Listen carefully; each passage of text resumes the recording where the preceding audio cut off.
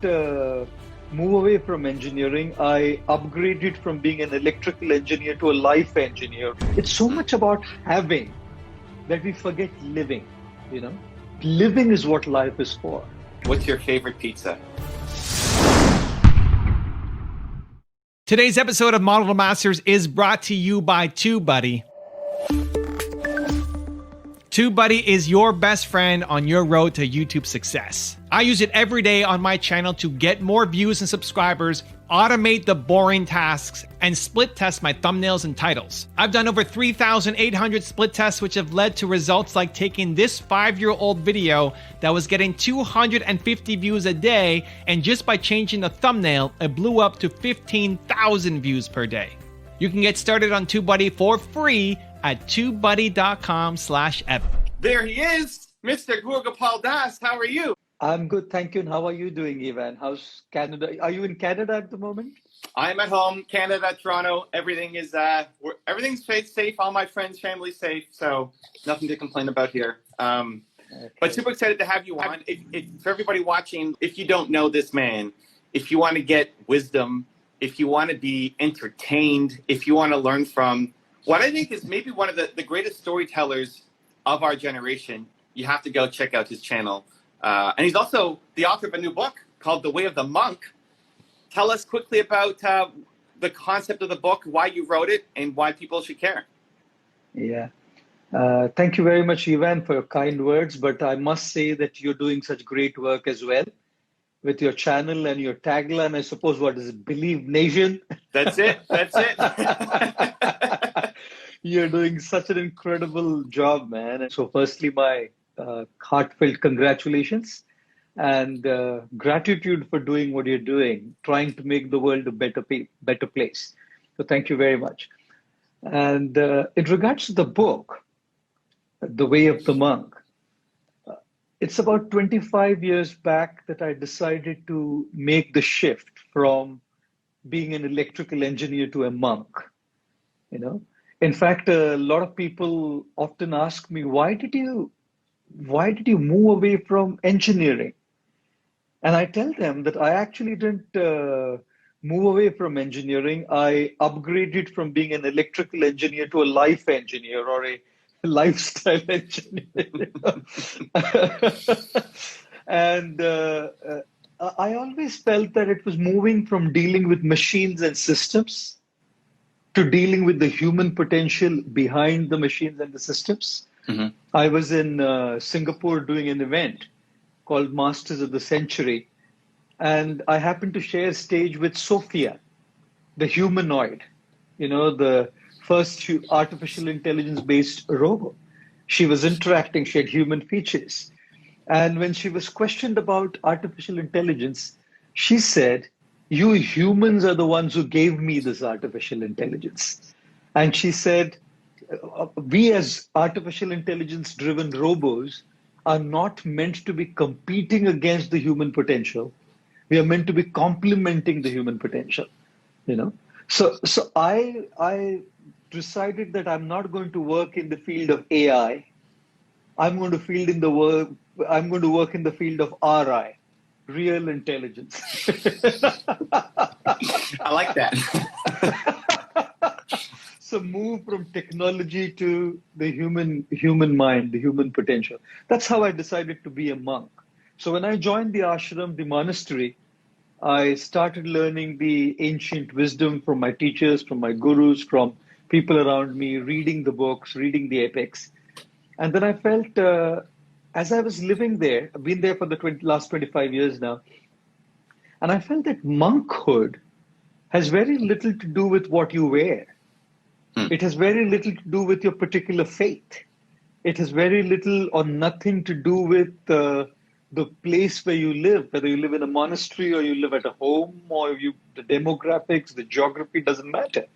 It barely has anything to do with your hairstyle as well. And we share a similar hairstyle. It's close. It's close. We both have the gold on too here. Yes, we do.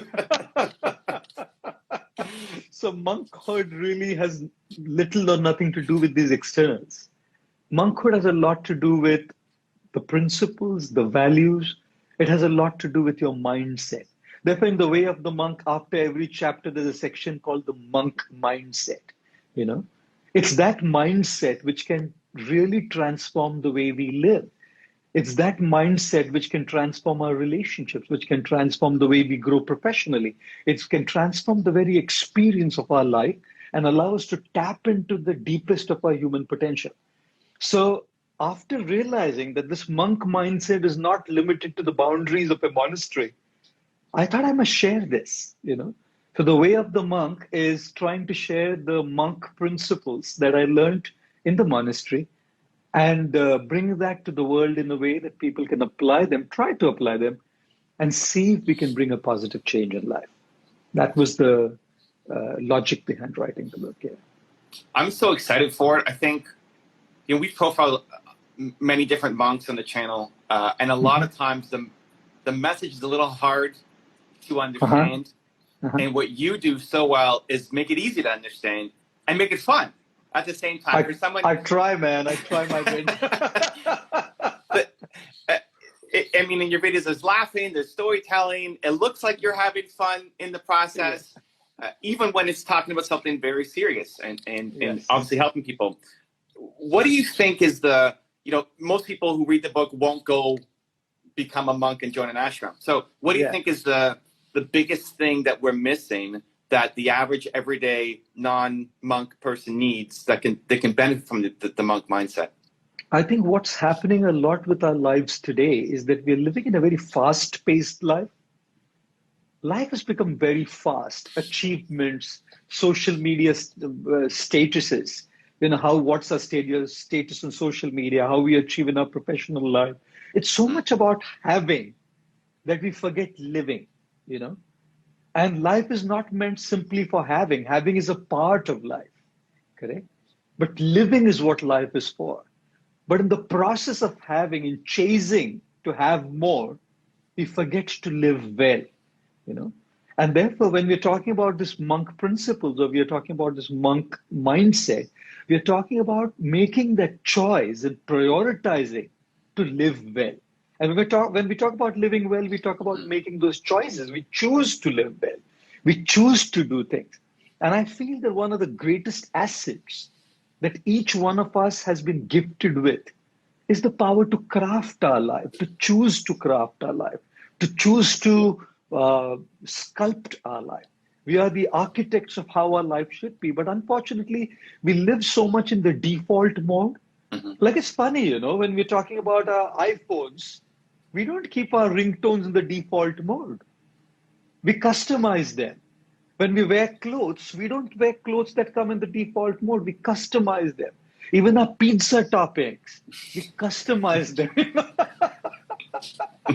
So it's quite funny that we as human beings customize practically everything we have and do, but we live our life in the default setting without customizing it.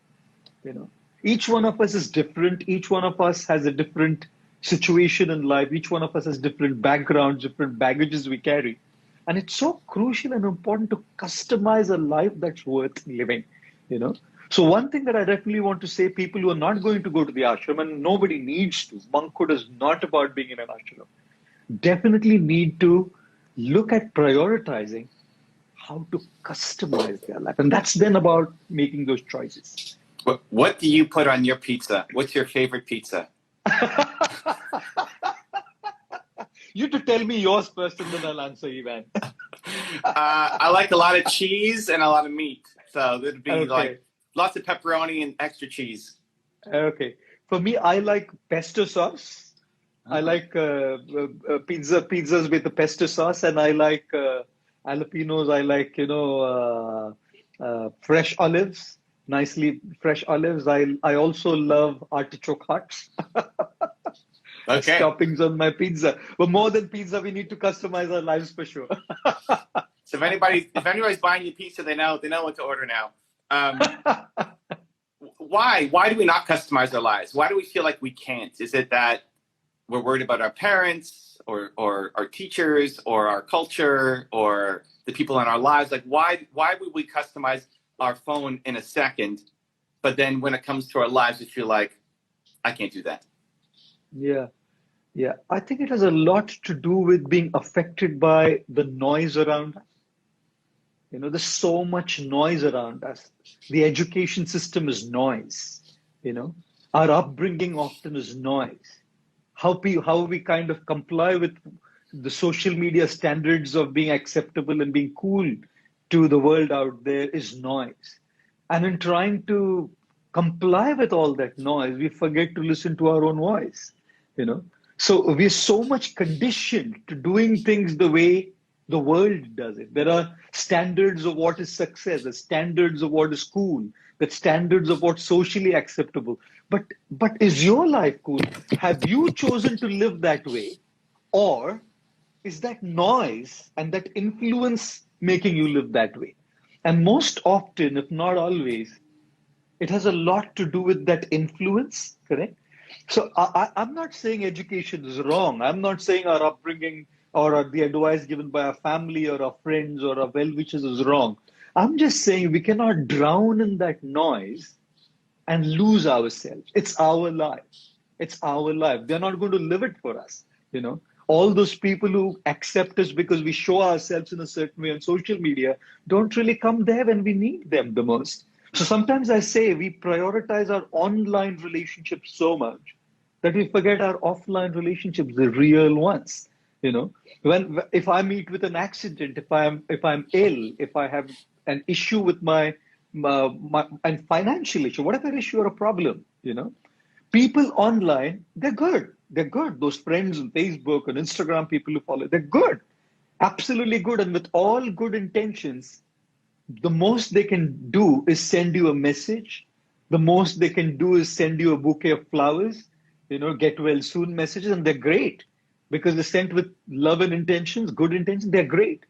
But people who are going to be there around us are the real people, the real relationships. But in being accepted on social media and being accepted by the social standards of success, which I call noise, we get so drowned in that noise that we forget our voice. So that's a conditioning event, that we got so conditioned to live like that we don't now want to customize, which basically means we have to come out of that shell, to come out of that loop. We have to crack that conditioning, crack that loop. And that's when we can choose to customize. You talked about the education system. Kids are going back to school in North America right now. If day one of every school was Gaur Gopal Das Day, and you get to be in front of the kids for the whole day, for one day, for every school across the world, what's the lesson that you're teaching, or what are you going to do for that one day to touch everybody's lives? Yes. If I get to be in front of every kid in every school in the world, Evan, the one thing that I would like to teach or tell the students who are listening to me is that we cannot go on extreme sides of the spectrum. One extreme of the spectrum is follow your passion, be yourself, correct? Which is what I primarily teach as well. Like what Albert Einstein said, you cannot judge a fish by its ability to climb a tree. Right. You can't judge a fish by its ability to climb a tree. Judge the fish by its ability to swim in the water. Correct?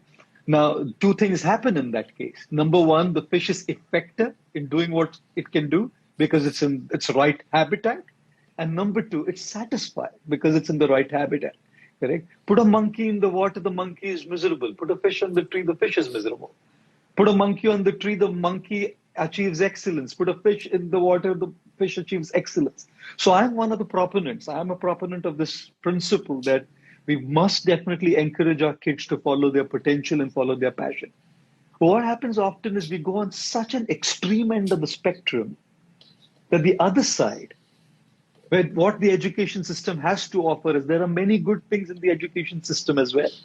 So if I were to talk to the students, I would say, let's find that balance, finding best of both the worlds, grab the best out of what you can have from the education system and let the education system also foster a culture, an ethic, an ethos, where we allow kids to be who they are. Yeah. I like it. I think we got to make that happen. Gaur Gopal Das Day, gives to every student around the world for one day. I think that'd be great. Of course, I'll say all of this in the form of a story. Of course. No, I mean, that's great. Your stories are what makes it happen. I love it. How do you help people? What do you recommend people do to figure out if they're the monkey or the fish or the whatever? Like, how do you find that thing? Because it may not be what your parents are doing or what your friends are doing. I'm sure the pressure for you to go be the engineer was great, and then to say, no, I'm not going to do that. I'm going to be a monk. Like, how do people find that thing? How do you recommend when there's a lot of family pressure on them? How did they find the thing? I find a lot of times it's an issue with the system. Correct? Like, for example, the industry, the corporate world, is only picking up people from the top-rated universities. The industry is only picking up students who have the best grades. Now, if you have people who are being picked up based on your university or based on your grades and your marks and your academic performance, then guess what parents are going to pressurize kids with? You better get the marks. You better get the grades. You better get to the best university. Correct? And guess what the educational institutions do? It's a demand and supply system. If the demand of the industry is grades and the parents are pushing to get grades, the educational systems are driven to make kids get grades. Now imagine if the industry changes and the corporate world redefines saying we don't hire grades. We hire passion. We hire candidates for their passion. Correct?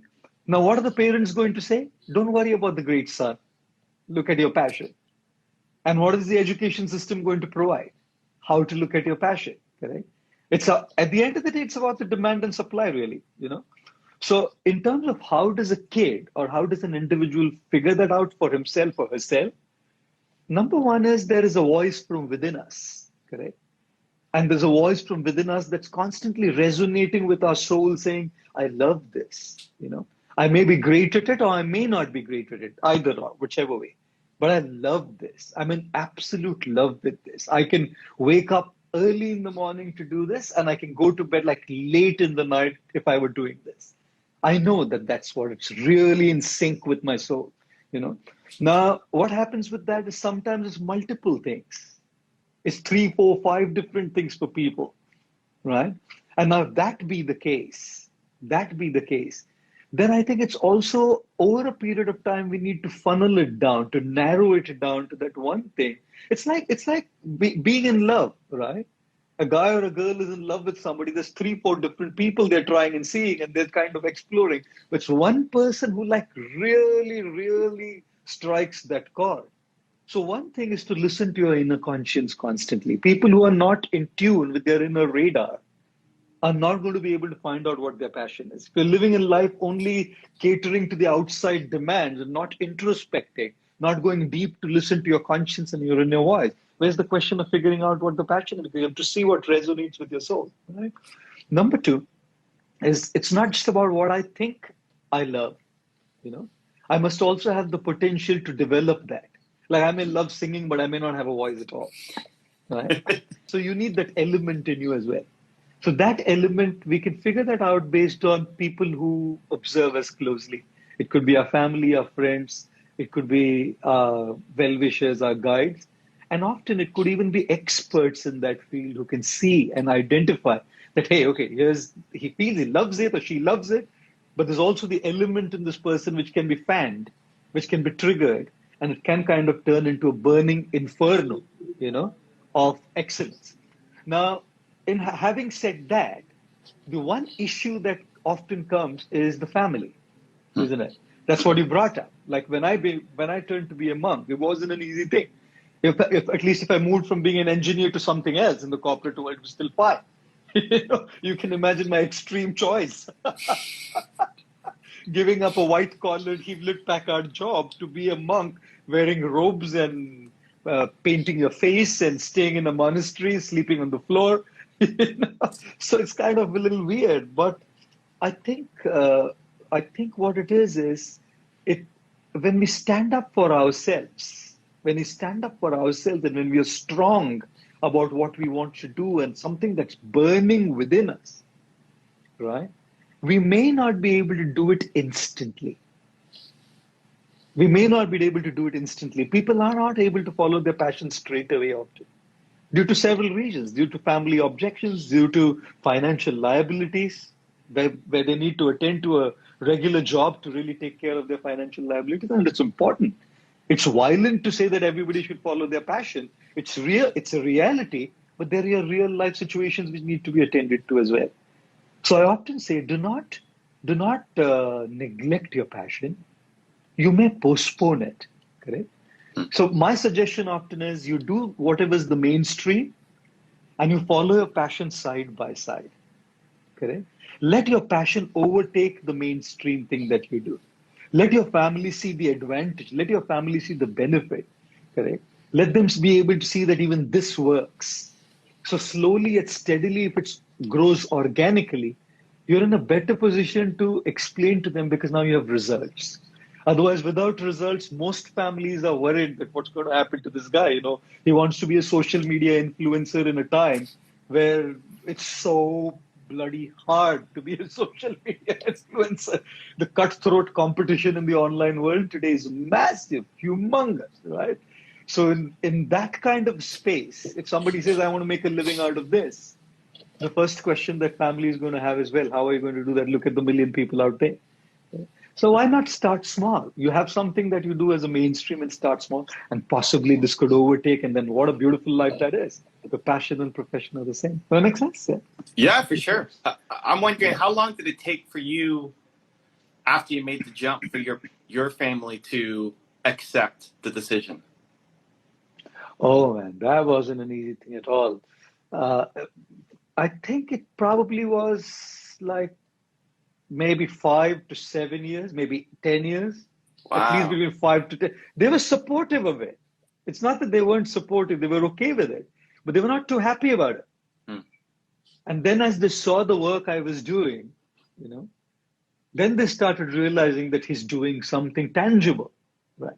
And especially in the last 3 or 4 years when the social media journey kind of took off well, that's when they realize that he's actually contributing and doing something tangible for the world. So yes, everybody who's listening and everybody who's going to listen to this, it's not an easy and immediate acceptance, guys. It takes a while before people who are close to us can understand us, and sometimes they may not even understand us for a life. But again, I must say, it's not them who are going to live our lives. It's we who need to live our lives. But the only asterisk conditions apply to what I'm saying is that when there are financial liabilities, when there are serious situations at home, I think we should take this entire principle with a pinch of salt. We can't be like, really straight away say there's, families where there are so many serious situations and people won't be able to do what they want to do straight away. So don't neglect it. Just postpone it. I think there will be a time when one can follow it fully. If somebody is new, so back to the book called The Way of the Monk. If somebody is new to spirituality, think of somebody in North America who hasn't come across a monk before, might think it's kind of crazy or weird or different. What do you think is the biggest lesson, the biggest takeaway you want them to take if they pick up the book and read it? In the book, I talk about the analogy of a car. And all of us have a journey. We have a destination to reach. We have a journey to take. And often, I don't know how it's in Canada, Toronto, but often if you're here in Mumbai, India, you're stuck in traffic.